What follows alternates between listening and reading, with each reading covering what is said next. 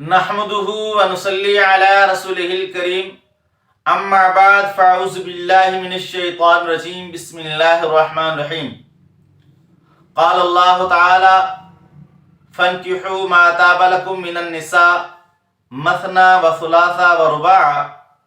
فإن خفتم ألا تعدلوا فواحدا وقال النبي صلی اللہ علیہ وسلم خیر النکاح ایسرہ او کما قال صلی اللہ علیہ وسلم۔ معزز سامعین و ناظرین، میں لیاقت علی ملتانی آپ سے مخاطب ہوں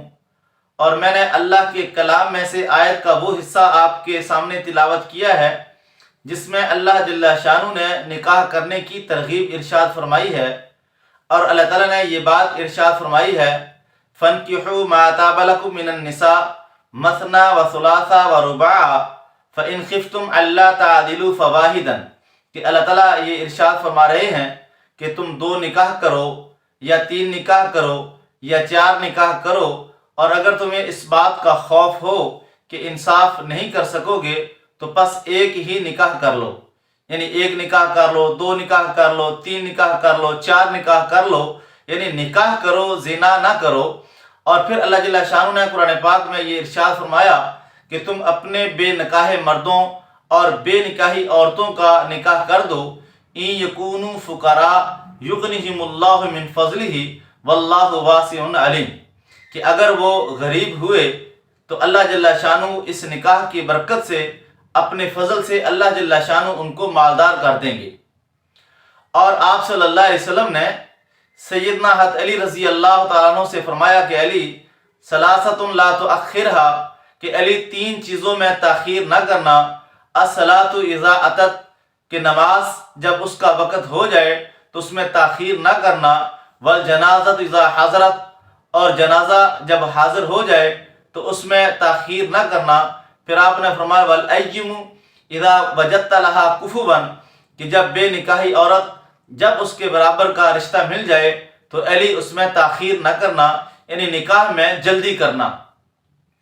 اور پھر آپ صلی اللہ علیہ وسلم نے فرمایا کہ یا معشر الشباب، اے نوجوانوں کی جماعت، من استطاع منکم الباءۃ فلیتزوج، آپ نے فرمایا کہ جو تم میں سے نکاح کرنے کی استطاعت رکھتا ہو،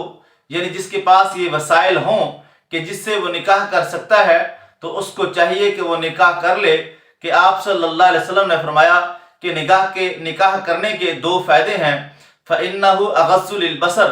کہ نکاح کرنے سے نگاہ جھک جاتی ہے، وَأَحْسَنُ لِلْفَرْجِ، اور شرمگاہ کی حفاظت ہو جاتی ہے۔ پھر آپ صلی اللہ علیہ وسلم نے فرمایا وَمَن لَّمْ يَسْتَطِعْ فَعَلَيْهِ بِالصَّوْمِ، اور جو تم میں نکاح کرنے کی استطاعت نہ رکھتا ہو، یعنی جس کے پاس اتنے وسائل نہ ہوں کہ وہ نکاح کر سکے، تو اس کو چاہیے کہ وہ روزے رکھے، فَإِنَّهُ لَهُ وِجَاءٌ، کہ روزہ رکھنا جوانی کی شدت کو توڑ دیتا ہے۔ یعنی اللہ اور اس کے رسول صلی اللہ علیہ وسلم نے نکاح کی ترغیب ارشاد فرمائی ہے کہ نکاح کرنا چاہیے اور نکاح میں تاخیر نہیں کرنی چاہیے۔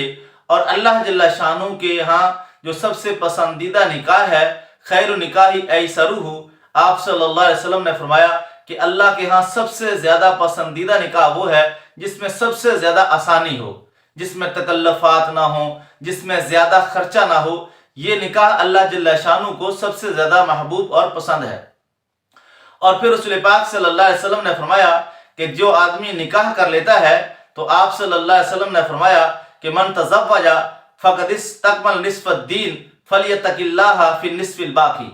کہ جس آدمی نے نکاح کر لیا، شادی کر لی، تو اس نے اپنا آدھا دین مکمل کر لیا، بس آدھے دین کے بارے میں اللہ تعالیٰ سے ڈرتا رہے۔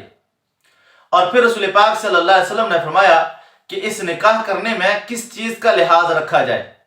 کہ آپ صلی اللہ علیہ وسلم نے فرمایا تنکح المرأۃ باربع،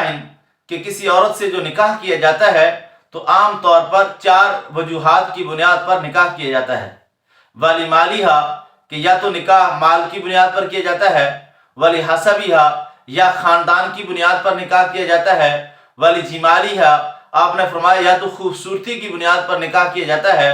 ولدینھا، اور آپ نے فرمایا یا دین کی بنیاد پر نکاح کیا جاتا ہے۔ پھر آپ نے فرمایا فاظفر بذات الدین تربت یداک، کہ تم دین کی بنیاد پر نکاح کرنا تو تم کامیاب ہو جاؤ گے۔ کہ جو آدمی دین کی بنیاد پر نکاح کرے گا تو وہ کیا ہوگا؟ وہ کامیاب ہوگا۔ آپ صلی اللہ علیہ وسلم نے فرمایا الدنیا متاع خیر متاعها المرأة صالحہ۔ آپ صلی اللہ علیہ وسلم نے فرمایا کہ یہ جو ساری دنیا ہے یہ ساز و سامان ہے، اور آپ نے فرمایا کہ بہترین سامان نیک بیوی ہے۔ جیسے گھر ساز و سامان ہے، گاڑی ساز و سامان ہے، کاروبار ساز و سامان ہے، تو اس میں سب سے بہترین متاع اور سامان کون سا ہے؟ آپ صلی اللہ علیہ وسلم نے فرمایا المرأة صالحہ۔ آپ نے فرمایا کہ نیک بیوی سب سے بہترین ساز و سامان ہے۔ گھر بہت اچھا ہے لیکن بیوی اچھی نہیں ہے، گاڑی بہت اچھی ہے لیکن بیوی اچھی نہیں ہے، کاروبار بہت اچھا ہے لیکن بیوی اچھی نہیں ہے، تو فرمایا کہ بہترین ساز و سامان کیا ہے؟ آپ نے فرمایا کہ نیک بیوی ہے۔ اور ہمارے جو اکابرین سلف صالحین تھے انہوں نے بھی اپنی جو اولادوں کا جو نکاح کیا ہے وہ عام طور پر دین کی بنیاد پر ہی کیا ہے۔ جیسے رسول پاک صلی اللہ علیہ وسلم نے سیدہ فاطمہ الزہرا رضی اللہ تعالیٰ عنہ کا نکاح جب سیدنا حضرت علی رضی اللہ تعالیٰ عنہ کے ساتھ کیا تو حضرت علی رضی اللہ تعالیٰ عنہ کے پاس دنیا کے اعتبار سے کوئی مال و متاع بھی نہیں تھا،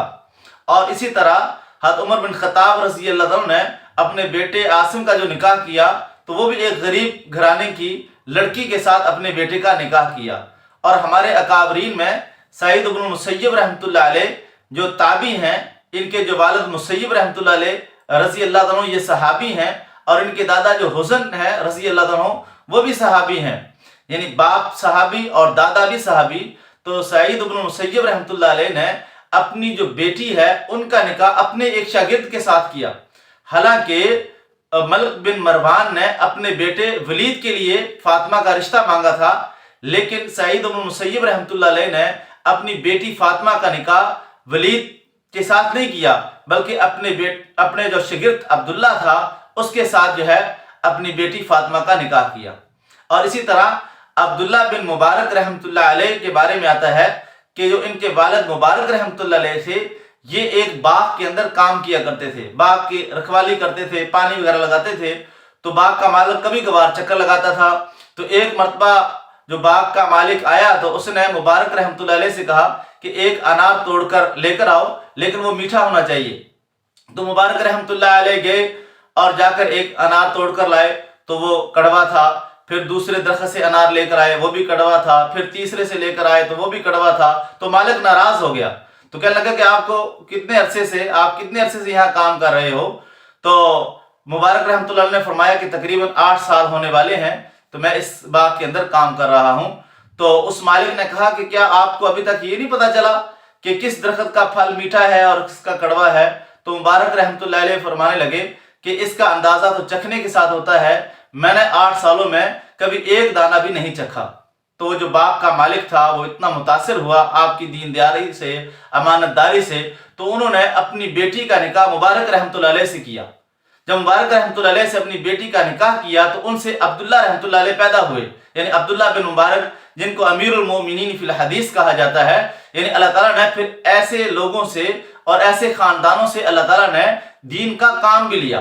یعنی وہ نکاح جو دینداری کی بنیاد پر ہوئے تو اللہ تعالیٰ نے ان کی نسلوں سے بھی دین کا کام لیا۔ تو آج کی میری اس ساری بات کا خلاصہ یہ ہے کہ اللہ اور اس کے رسول صلی اللہ علیہ وسلم نے ہمیں نکاح کرنے کی ترغیب دی ہے، اور نکاح میں جلدی کا حکم دیا ہے، اور نکاح میں سادگی کا حکم دیا ہے، اور نکاح میں دینداری کے لحاظ رکھنے کا حکم دیا ہے۔ اللہ تعالیٰ سے دعا ہے کہ اللہ تعالیٰ ہمیں دین سمجھ کر عمل کرنے کی توفیق نصیب فرمائے۔ وآخر دعوانا ان الحمد للہ رب العالمین۔